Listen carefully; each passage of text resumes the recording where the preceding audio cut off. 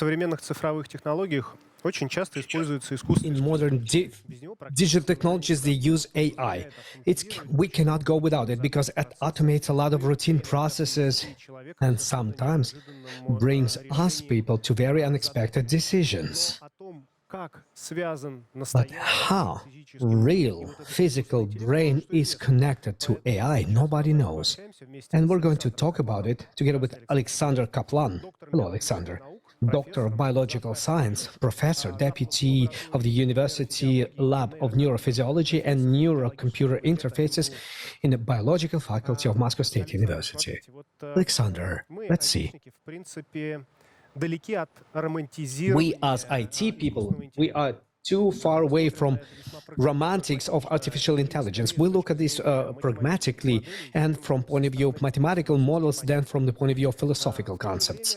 Мы, конечно, At the same time, we do observe that AI is developing and very often как будто бы способен придумывать новые it's вещи. as if makes up new things. At least that's how it looks like. С вашей точки But зрения, from чего your point of view, никогда не сможет what сделать искусственный AI интеллект will never be able to do compared to the human brain. Вы знаете, ну в такой ситуации я обычно ссылаюсь на You know, in this situation, I usually refer to the Richard Feynman, the well-known physicist, Nobel Prize winner, in one of his book called Messenger's Lectures, how the discoveries are made. And he says that none of big discoveries was not done by algorithmic way, on a step-by-step, writing formulas one after another, one after another. Such logical approach doesn't work in science, and he knew all those Nobel Prize winners. There was a lot of them.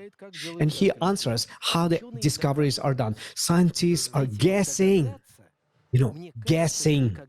I think this will never be a part of artificial intelligence because when the guess comes from, enlightenment, intuition, whatever you call it, but it comes from our personal experience, which gradually is getting accumulated from the day of birth. And in our head, we had a full dynamic mental model of the external physical world with a reflection of all the tracks in this world. And then it tells us how it works. And then everything is getting tuned up. And in the end run, formulas are being created after such enlightenment, like Poincaré. His well-known hypothesis, 100 years of topological hypothesis, 100 years nobody could discover it and prove it, even though he had expressed it, he knew it, he intuited it, and only Perelman, 100 years afterwards, he was able to prove it, and the proof was super complicated, it could not be in the head of Poincaré, especially back in those days. Nevertheless, he made this guess. So it happens, this property, that nobody knows where it comes, it never will accumulate, they don't have nowhere to accumulate this experience. Their experience is something that we taught them with the teacher or with the target function, and this is something that's going to be in his head. As if for the ability of people to fantasize, to invent new things, new worlds, whose analogies he never met in the surrounding world.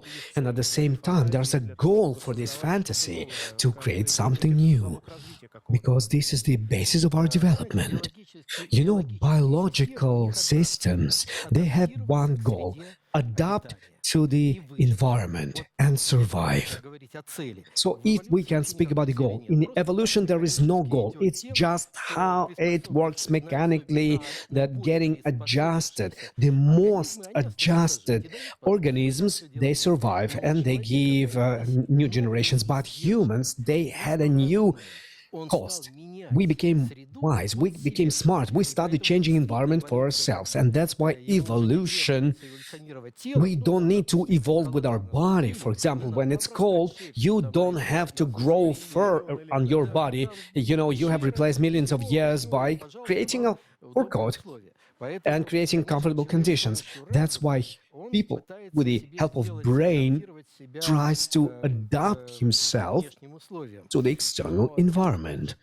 But the thing is that we humans, by adapting ourselves to external conditions and rebuilding the world, we are changing this survival environment. And this new environment, which was created by us, this artificial environment, we don't have preset ways of adoption. And here's another problem: the person, all the living bodies on this earth ideally are prepared for their environment of survival. If they're alive, they are used to it. Only humans cannot adjust and adapt to it because we're constantly changing our environment, and most importantly, we cannot get adjusted to relations between ourselves, people. And from our point of view, this ability of people to invent this side effect that have happened, is it a negative or positive effect? Ну вот видите, С точки здесь, зрения эволюции. From the point of view of evolution. эволюция You слепа. see, evolution is blind. Вы скажете, с точки зрения If you will say that from the point of view of progress, that person would learn about the nature, would get more possibilities and opportunities to learn about this nature, then of course the knowledge, the laws of nature, but this is interpretation of people. But evolution is biological. It doesn't have the goal to develop as further as possible, to know as much more. But we humans, we have these side effects, a desire to know, because this model that we started forming, the mental model of the physical world, is not a virtual reality. It's the model, because on the calculations of this model, this is what makes us survive. If it would be virtual, it would not be useful to them. Okay, let's speak about different realities.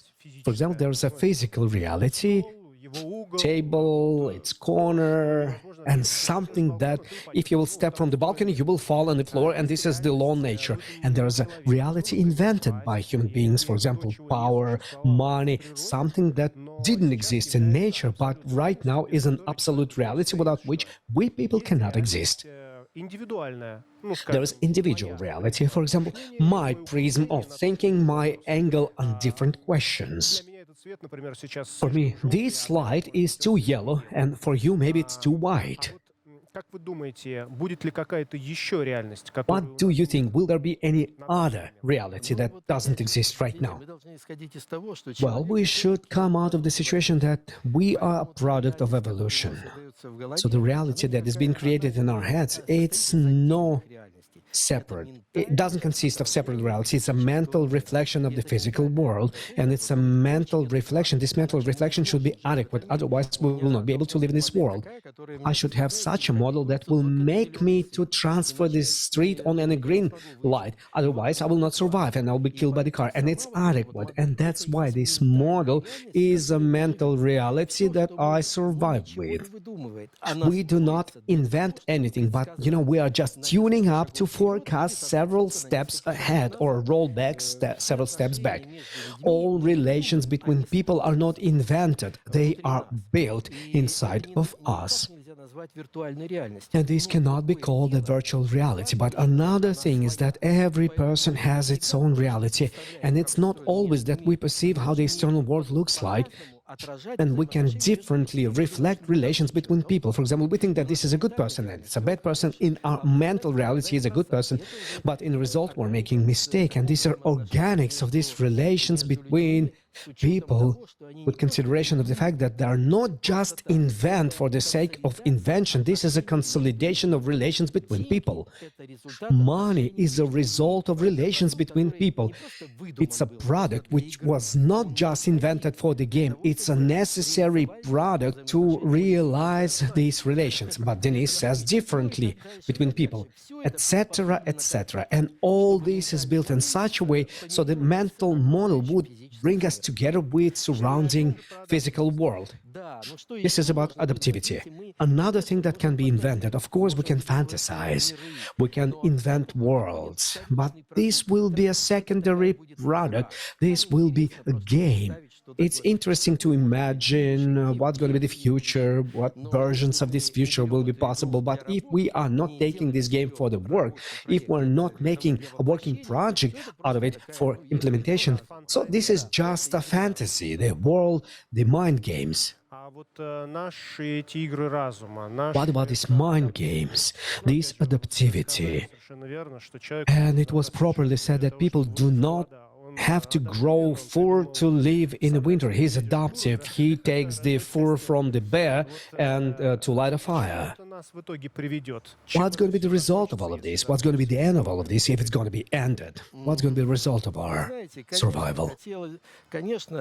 представители Of course, такой representatives of intellectual world have been inventing this resulting moment of development, and it was even described. The Thomas More utopia, Campanella, Karl Marx, with the manifesto of Communist Party, equality, brotherhood, and we hope, we are striving to have a certain society with no competition between people, with no aggressive relations between people. We will live in peace. Maybe someday, when the first utopia was written, even before our century, a long time ago, it was not impossible because we didn't have enough resources to organize such a beautiful society. But it is really possible that right now they are available, but we cannot live between each other. We cannot be in peace because our biological origin remembers those days when we had missing resources and we had to fight for those resources, risking our lives. And these two worlds are fighting within us, you know, this civilizational world and animal world. And civilizational world which could make good. Maybe someday we will come to this. So pessimistic scenario is that animal part of our life wins and we will continue and we will suffer from this. Yes, but theoretically there is a way out, because if we have sufficient amount of resources, then the brain can overcome this biological origin, and then we will have this just society. This is the result I'm speaking about. Maybe some countries have approached this result closer even right now. Some countries are still on the way. An example, well, they speak about Swedish socialism and some other socialism. They're very close, where the opinions, irrespectively to what people do, and opinions are different, but the social stratas are closer, and the account in the bank is not so different between different stratas of people, and consumer behavior of people is not so different between different stratas. This is possible either in isolation or in global unity. You know, the most important thing is the spiritual development of people, because while people will not get used to the idea that the main value is not account in the bank, but relations between people, then without even having account in the bank, another person will help you. And this just society where everybody helps each other, it can be built. And it is very strange that so much time we live on this planet and we cannot get close to it. But right now, this is the time when we have to collect these lessons and do this. Well, rephrasing this briefly, that socialism is going to win. Maybe socialism in those programs that were created back in the days of Thomas More and Karl Marx and Lenin and other guys, maybe these are outdated schemes, old schemes, and right now we have figured out, because previously they've been thinking, well, industrialization, machines are going to help us, but right now we have totally different era. Industrialization 4.0, digital world, artificial intelligence.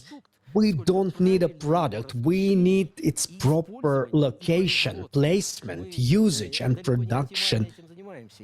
And we're not doing it optimally. If this will be done properly and optimally, the explosion of products, production and everything, it will be 5-10 times, and this will be more than sufficient to live in peace and have enough, and to stop this animal origin and don't take from other people something that you already have. Very interesting. I have several practical questions to you, because we're being watched by a lot of people from the world of IT, by a lot of programmers. So the first question will be, can we program our own brain for something? Yeah, programmers have an objective to develop a software that is going to work according to the algorithm and follow the task that is given. Can we do something like that with the brain? If you will solve this objective directly, brain is a big analytical system. It has its code, it has its own programs, how to use those codes, the memory, etc., etc. Something that in some sense is available in the computer. So you can approach it directly. You can simply get closer to the code of the brain and then, of course, program it as much as you want. You get access to it. But in practice, will it look like? What should I do? Well, the brain code, you cannot get to it theoretically because it's built totally differently. And in the brain, there's a lot of operational elements between which there is information transfer. Millions of billions, billions of millions, like 10, 20 billions, but in the brain, 1 million of billions of contacts between neurons. And in each contact, there is a code running. And the worst thing that this code is changing constantly because new impressions, new models are built. In a new way, this code is being rebuilt. How we can get closer to this code? And there's 1 million of billions of these chains where all this is happening. So direct connection to the brain, to the programming capabilities of the brain, and just simply writing a code which, or a decoder or a driver that will compare artificial intelligence with the brain, it will not be possible. However, the things that we live in the environment where everybody have access to each other through words, through mimics, through intonations. That's why, in such a way, definitely we can do this programming by submerging a person in certain conditions and by creating certain model of interrelations. You can influence their motives, not just specific actions, but motives, target settings, and these are words. This is what's called a corporate culture within a company, for example. Yes, this is a corporate culture on one side, and this is also a technique of negotiations, technique of relations and influencing people. Because each one of us evolutionary has this additional channel, influencing channel. Well, I'm talking to you, but additionally, I'm influencing on you by intonation, energy, eyesight. How do I look? Why it was done evolutionary, so that everything that I'm saying would touch you in a maximal way, even though I don't want to get anything from you, money or anything.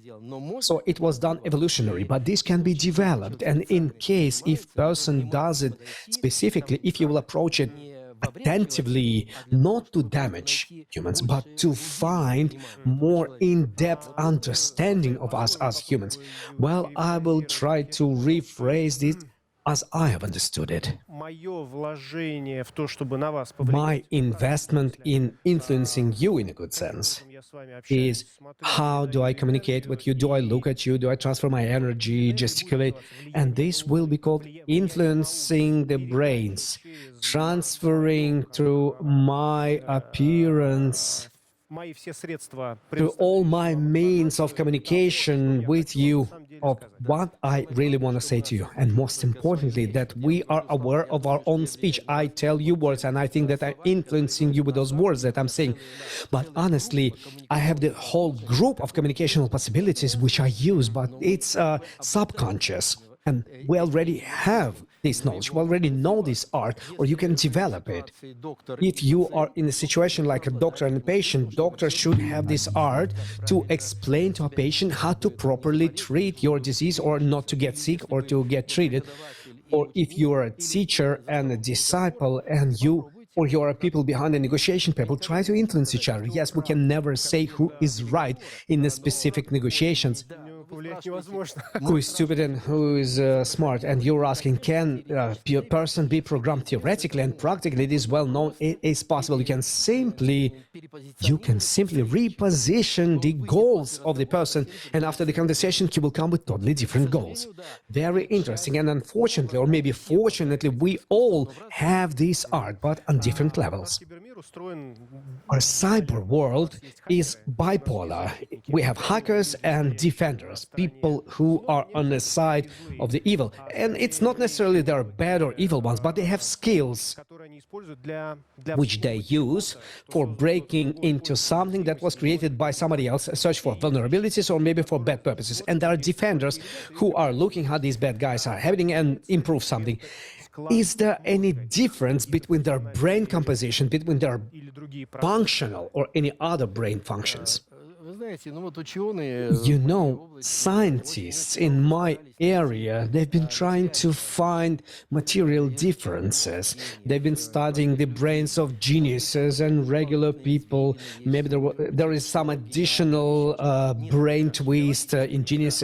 Physiologically, there is no difference. Materially, there is no difference. But the difference is in the composition and the content, how the person accumulated this knowledge, these skills and abilities by that moment when he is being tested. And this content is different, and that's why the brain of genius by content is different from the brain of a regular person who did not achieve anything. But if you will take a brain of a hacker and a brain of a person who fights with a hacker, I think in principle they have equal abilities, but the target settings are different. Target settings are different. But the goals are what? Let's agree. Okay, today I'm going to be a hacker, and tomorrow it's going to be vice versa. Tomorrow I'm going to be defender. And this can be influenced, and I can play different games myself. And very often this is very interesting. For example, when I develop some hypothesis, scientific hypothesis, I'm putting myself on the side of my opponent, or when I have to defend a dissertation of a certain work, I go back to the side of the opponent, so I'm playing both fields. So existence of both of them stimulates both of them. There wouldn't be hackers in the pond if there wouldn't be a development of this sphere. Роль технологических We have another important role of technological visionaries who способны придумывать are идеи able to invent ideas of the next step, making some revolutionary step in the development of technologies and products. Вот это какие-то особые люди. Are these some special people by the character of their thinking, and is it possible to become visionary? Ну да, вы знаете, визионеры, ну это Well, you know, visionaries они are видят, prophets in some sense. They see the future. видят что-то не то. Maybe they see something in a wrong light, but these are not visionaries are not simple prophets, but they invest some efforts and energy. They are passionaries, and this is something that was given. This is Видят то, чего they see something that is not available right now, but they see that this will happen. This cannot be developed. You've been born like that. What was given to a person? You know, it's very hard to say. Yes, of course, we are being born unequal. We have different capabilities. We have different tempers. But, you know, as it is being said by geniuses, those people who achieved big heights, they always say there's this genius person and 90% of effort and 10% of genes. они разные. And with these proportions are different, but nevertheless they become such, and they cannot be different. Люди, которые не просто These are people who are not just dreamers. They are controlling their dreams. They invest their life in their dream, and this dream is also publicly significant. And then these are visionaries, and they are the basis of all technological achievements and all the technological discoveries, and they can materialize their dreams, or maybe infect other people with their dreams. And he will say, "Oh, you're speaking some stupid, and you are thinking about something else," but you know, through some of their own specific peculiarities. особенностях людей You know, speaking about the peculiarities of people, we've been speaking about ability of convincing. You know, the ability of convincing and magically influence. Magically, by magically, I'm meaning the all means of communication. This is only possible when you believe deeply in what you are saying, and in front of your eyes, you have this dream of yours, and you can convey it in such a way. You can create the image of this brain, image in the brain of another person, that he becomes your ally. And then how big people were saying, if the idea conquers masses, it becomes a material force. If the dream conquers masses, then it will become material force. So it happens that out of your internal conviction, sincere belief in your dream and idea, the consequence is your possibility to convince another human being, and the consequence of this is a possibility of influencing their brain to convey this idea and form his relation, perception, and position in relation. And you know, Стив Джобс Steve Jobs, yes, he invented, he had a dream of his technological thing. However, he had to infect masses with this idea, then it will work. You know, if you will not infect anybody, you will show some toy, it's not going to work. You have to implement it, and that's why this such charismatic figure, he was speaking, he was playing, he was giving his dreams to other people, and that's what happened. And there's a lot of people like that, but it's not always that we see them, because they are not always received such a possibility. But how many out of thousands, out of millions, how many of them? Well, I think that always, approximately, there is 10%, and among animals, it's the same thing. There are 10% of those visionaries. Visionaries. Visionary mouse. Yeah, in the animals, the same thing. There are some animals who will learn something, and 1 of 10 will learn this, and other will follow this animal and will follow this example. So these are biologically, it's predefined. Same thing in school, in universities, same 10%. But out of these 10%, yes, visionaries, but not all visionaries are lucky. And amongst them, there's maybe 1% of them will be like Steve Jobs, Albert Einstein. Einstein is a visionary, but in his scientific area, in the area of theories, he had to infect people. Nobody believed it, but he had to infect people with these ideas. And I have the final question to you. You came to us to this cyber fight. You have seen this cyber fight for this digital city, which indicates that everything that surrounds us is digital, is hidden from our eyes, and it works just because somebody have written some code to which it works, operates. Maybe you have any ideas and thoughts. How can we combine this cyber fight, this hacker attacks with the brain, with artificial intelligence, with experiments on the brain? Maybe we can add some additional brain into our hacker fight. Is there any connection here? Yes, in my professional area is neural-computer interfaces, is to organize connection between the brain and computer and artificial intelligence, because both of them are information analytical system, and we've been seeing, you know, learning the code and writing drivers for the brain code is impossible, but maybe we can unite them in such a way so that they start cooperating with each other. And this is my observation, and I would like to propose here very developing thing.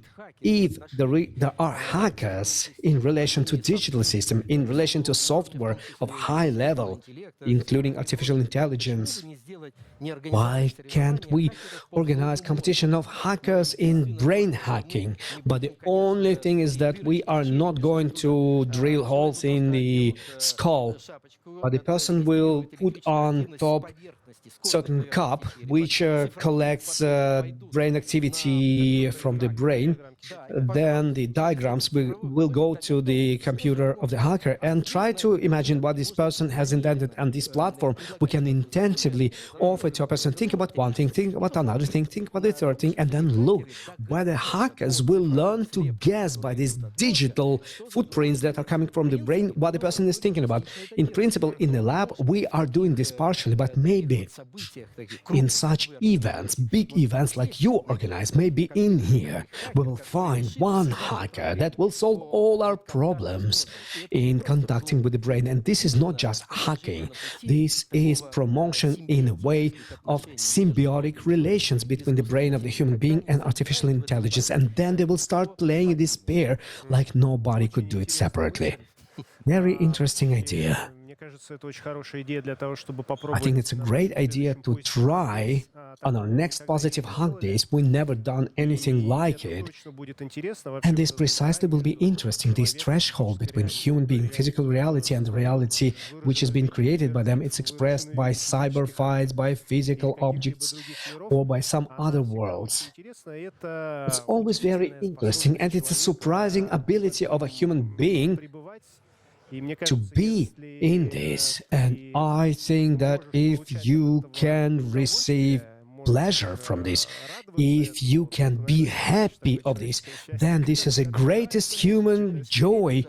Yeah, it's a self-realization, because we're moving to new knowledge, to new achievements. Thank you very much. Thank you. Alexander Kaplan about the brain and artificial intelligence.